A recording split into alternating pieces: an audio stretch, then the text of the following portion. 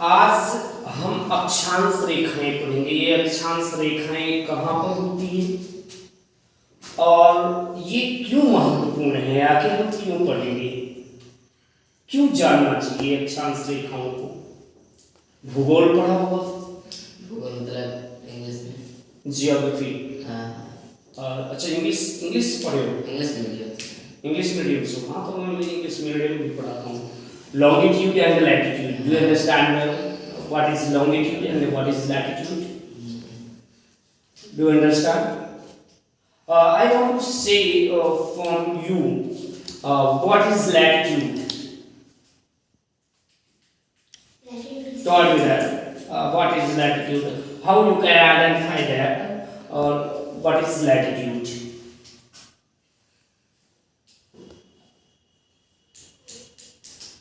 Okay, no problem. I want to discuss that latitude and longitude. लेकिन मैं हिंदी में करूँगा क्योंकि जो मेरे स्टूडेंट्स हैं जिनके लिए मैं पढ़ा रहा हूँ तो वो हमारे स्टूडेंट्स सभी हिंदी मीडियम से बेहतर जानते हैं, तो इस वजह से हम उस पर चर्चाएं करेंगे। देखो, सबसे पहले हम देखते हैं कि हम जिस पृथ्वी पर रह रहे हैं, थोड़ा सा इसका हम डिस्क्रिप्शन समझेंगे। जिस पृथ्वी पर हम रह रहे हैं ये एक बहुत बड़ा खगोलीय पिंड है, सेलेस्टियल बॉडी। यह है सेलेस्टियल बॉडी है, खगोलीय पिंड है जो इस यूनिवर्स में, इस ब्रह्मांड में ऐसे चुपचाप लटका हुआ है जो कहीं बंधा हुआ नहीं है। उसके ऊपर और नीचे दोनों तक कुछ भी नहीं है। ऐसा एक ये ऐसे और ये बिल्कुल अब इसको मुझे पकड़ना पड़ रहा है, लेकिन बिल्कुल ऐसे लटका हुआ है और ये चारों तरफ घूम रहा है। अच्छा, इसके लिए ये लैटिट्यूड अक्षांश रेखाएं या देशांतर रेखाएं पढ़ना जरूरी क्यों? क्योंकि ये गोला बहुत बड़ा है, बहुत बड़ा है। मेरे परिप्रेक्ष्य में मेरे लिए बहुत बड़ा है, हमारे लिए, आप सबके लिए बहुत बड़ा है। अगर मैं पूरे अंतरिक्ष की बात करूँ, यूनिवर्स की बात करूँ, ब्रह्मांड की बात करूँ, तो ब्रह्मांड के तुलना में तो ये एक धूल के कण के बराबर है। एक धूल के कण के बराबर भी नहीं है, उससे भी छोटा है। लेकिन ये हमारे लिए अगर हम जानना चाहें तो ये कितना बड़ा है, 13,000 किलोमीटर, 13,000 किलोमीटर इसकी मोटाई है। कितना? 13,000 किलोमीटर। इसीलिए ये हमें गोला दिखाई नहीं देता, कहते हैं ना कि ये गोला है। तो गोला है ये आपको बहुत, अगर आपको इसे पूरा स्वरूप इसका देखना है तो आपको इस पृथ्वी से 450 किलोमीटर ऊपर जाना पड़ेगा। वहाँ पे इंटरनेशनल स्पेस स्टेशन बनाया गया है नासा के द्वारा, वहाँ पर जाएंगे। कई देशों के संगठन ने मिलकर बनाया, वहाँ जाएंगे, वहाँ से आपको ये पृथ्वी पूरा गोल दिखाई देगी। और वो इंटरनेशनल जो स्पेस स्टेशन है 27,000 किलोमीटर प्रति घंटा की स्पीड से पूरे पृथ्वी का राउंड लगाता रहता है। 27,000 किलोमीटर प्रति घंटा, मतलब एक घंटे में 27,000 किलोमीटर। हाँ, मतलब कि 13,000 किलोमीटर हमारी मोटाई है पृथ्वी की। तो एक बार यहाँ से यहाँ घूमा तो 13,000 नहीं होगा वो, क्योंकि वो मोटाई है। तो एक बार यहाँ से यहाँ ये 180 डिग्री में, फिर 180 डिग्री में, तब 360 डिग्री में पूरा राउंड कर पाएगा। अच्छा, ये हमारी पृथ्वी जो है ऐसा नहीं है कि पूरी तरह से सरफेस नहीं है, गोला नहीं है, ऊपर खबर है, कहीं पहाड़ है। हाँ, शेफर्ड ओवल जैसे है, ये बिल्कुल अंडाकार है, गोल नहीं है, अंडाकार है। लेकिन ये चपटी का बिल्कुल, ये चपटी कहाँ पे है? यहाँ चपटी है, सिरे पे चपटी है और इधर उभरी हुई है। ऐसे ही मानो तो ये, अगर हम इसको नॉर्थ पोल मान लें और इसको साउथ पोल, ऊपर की तरफ नॉर्थ पोल मान लें और नीचे की तरफ साउथ पोल मान लें, तो ये हमारी पृथ्वी ऐसे उभरी हुई है। और इस पर कहीं बहुत ज़्यादा नीचाई है, गड्ढे हैं, क्योंकि 13,000 किलोमीटर मोटा है। तो आज 10 किलोमीटर, 100 किलोमीटर, 50 किलोमीटर गड्ढे हो जाना नॉर्मल बात है। बहुत छोटी बात है। तो ये इतनी बड़ी पृथ्वी है कि इस पृथ्वी के तुलना में हम बहुत छोटे हैं, इसका बहुत छोटा सा भाग देख पाते हैं, इसलिए हमें ये चक्की दिखाई देती है। लेकिन ये है बहुत बड़ी, मेरे लिए, हमारे लिए, हम सबके लिए, ठीक है। तो इसको अगर हमें पढ़ना है, इसके बारे में हमें जानना है, तो हमें इसे छोटे छोटे भागों में बांटना होगा। तो आइए चलते हैं हम लोग पृथ्वी को पढ़ने के लिए। इसको पहले एक पृथ्वी का नमूना बनाते हैं, रूपरेखा बनाते हैं, as like oval, as like oval एक नमूना बनाते हैं।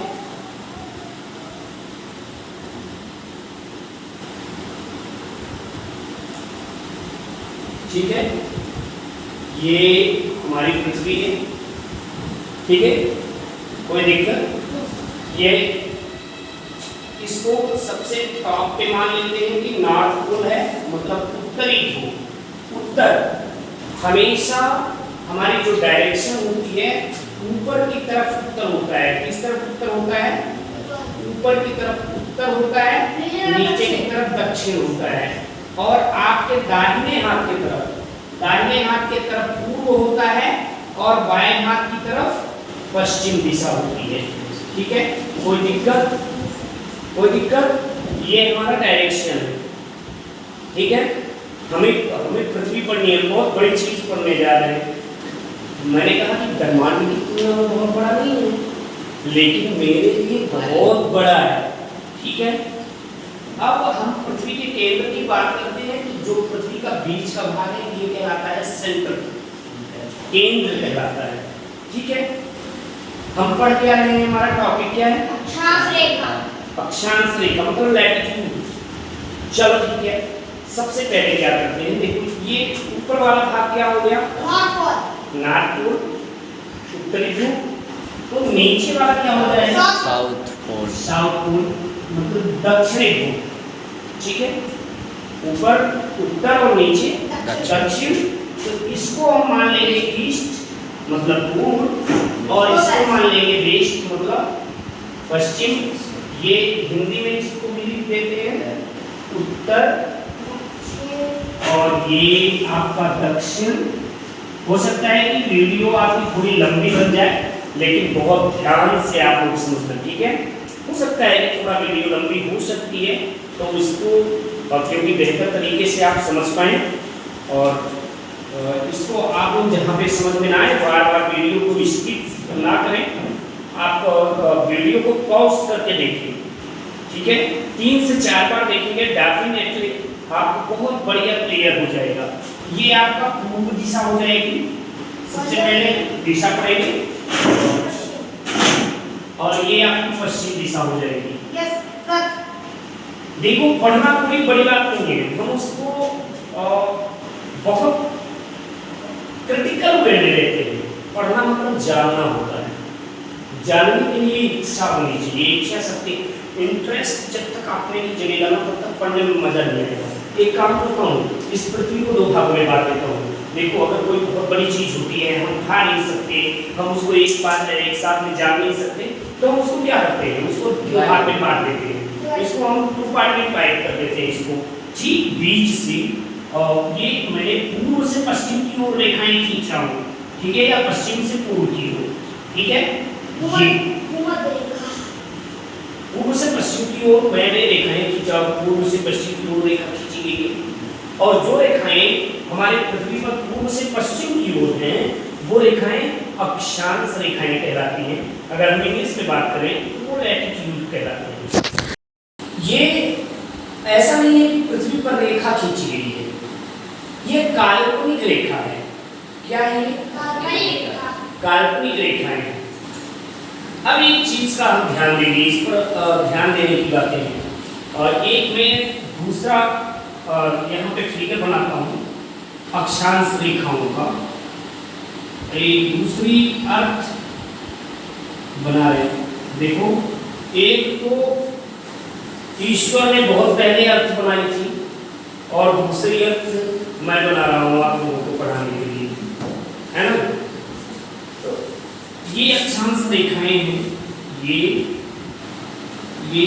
जो अक्षांश रेखाएं हैं ना बेटा, ये हर 1 डिग्री पे एक अंश पे अक्षांश रेखाएं पृथ्वी पर मानी गई है, खींची गई है, हर एक अंश पे। कितने अंश पे? हर एक अंश पे।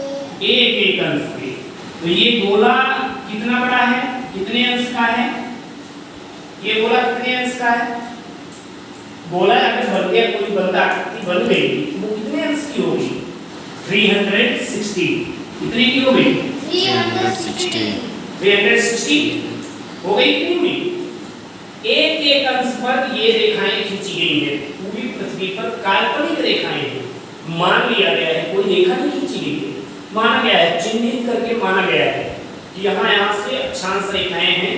तो पृथ्वी को कई भागों में बांट दिया गया और उसके बाद उसका तापांतर का अध्ययन, उसका वेजिटेशन का अध्ययन, मतलब कि कैसे वेजिटेशन है, उसका फ्लोरा एंड फौना, पेड़ पौधे, कैसे जीव जंतु वहाँ पर होते हैं, कहाँ पर कैसा पानी होता है, कहाँ नहीं होता, कितनी बारिश होती है, नहीं होती, इन सब का अध्ययन इनके द्वारा हम करते हैं। अच्छा, ये जो अक्षांश रेखाएं हैं, इनके बीच की जो दूरी है, ये जान लेना बहुत जरूरी है कि एक अंश में अक्षांश रेखाओं के बीच की दूरी कितनी होती है? तो ये होती है, बिल्कुल, वेरी गुड, 111.1 किलोमीटर। एक अंश बराबर, मतलब अगर हम पहला पॉइंट यहाँ पे डालते हैं तो पहला पॉइंट ये डालेंगे कि एक अंश बराबर 111.1 किलोमीटर, मतलब दो अक्षांश रेखाओं के बीच की दूरी, दो अक्षांश रेखाओं के बीच की दूरी, ठीक है। The distance between two latitudes is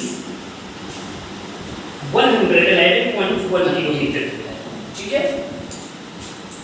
ये लैटिट्यूड है, इसमें देखो एक विशेषता दिख रही है, ध्यान से देखिए, इसमें एक विशेषता दिख रही है।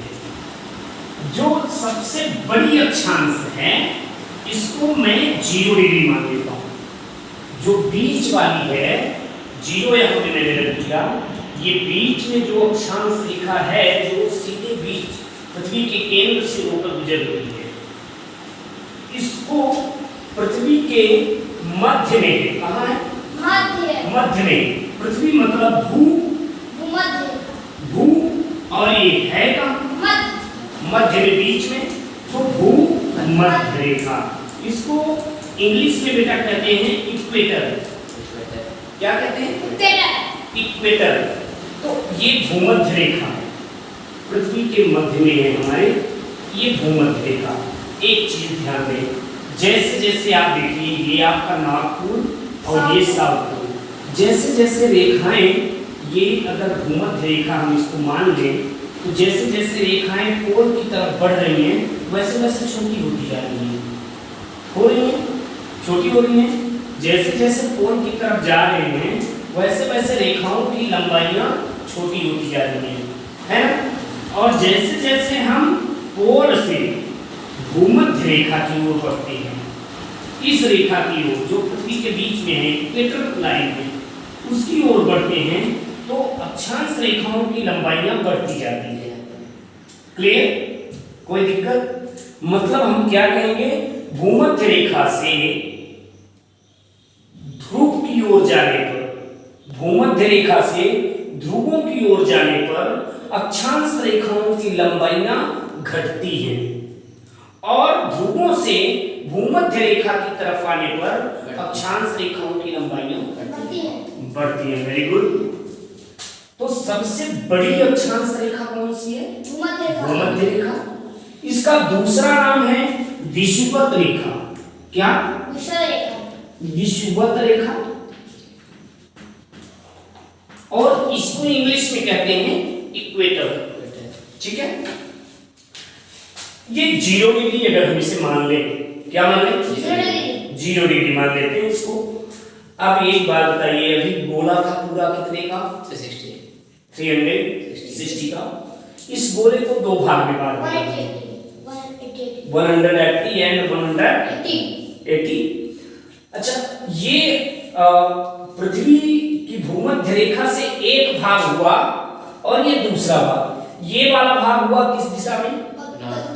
नॉर्थ में। तो इसको कहेंगे नॉर्दर्न हेमिस्फीयर। क्या कहेंगे? नॉर्थर्न हेमिस्फीयर, मतलब उत्तरी गोलार्ध। ये कौन सा हो गया? पृथ्वी को और भागों में बांट दिया, ये हो गया उत्तरी गोलार्ध। गोलार्ध, गोला का आधा, उत्तर की तरफ गोला का आधा, और ये हो जाएगा दक्षिण की तरफ गोला का आधा। दक्षिण की तरफ है तो दक्षिणी गोलार्ध। उत्तरी गोलार्ध है और दक्षिणी गोलार्ध। समझ में आया? उत्तरी गोलार्ध है और दक्षिणी गोलार्ध, दो गोलार्ध हो गए। तो मतलब हमारे पृथ्वी में ये तो ये हमने समझ लिया, एक अंश बराबर कितना होता है। नंबर 2 बात हमने क्या समझा कि सबसे बड़ी अक्षांश रेखा कौन सी होती है? भूमध्य रेखा होती है। अगली चीज हमने क्या जाना कि दो ध्रुव होते हैं। ध्रुव कितने होते हैं? दो होते हैं, उत्तरी ध्रुव और दक्षिणी ध्रुव।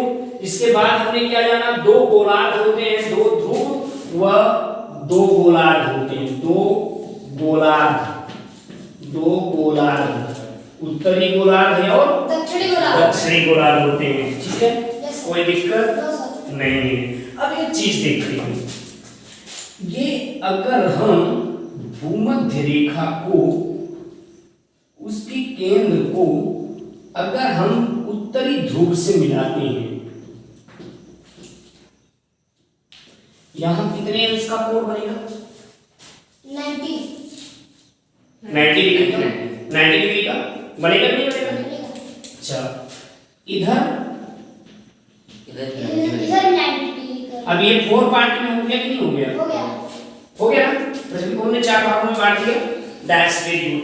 ये हमारी ग्रीनविच मेड लाइन है, ग्रीनविच रेखा है। ठीक है, अब ये हमारा जो एरिया है ये उत्तर और पूर्व के कोने का है, उत्तरी पूर्वी गोलार्ध है। यहाँ पे हमारा एशिया महाद्वीप है।